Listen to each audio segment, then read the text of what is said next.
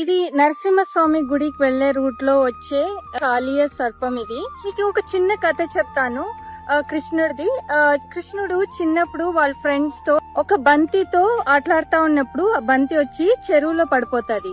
So కృష్ణుడు ఆ చెరువుకి వెళ్లి వెళ్ళినప్పుడు ఆ చెరువు లోపల వెళ్తాడనమాట. అప్పుడు ఈ కాళీయ శిల్పం ఆడ ఉంటది, పెద్ద పాము ఆడ ఉంటది.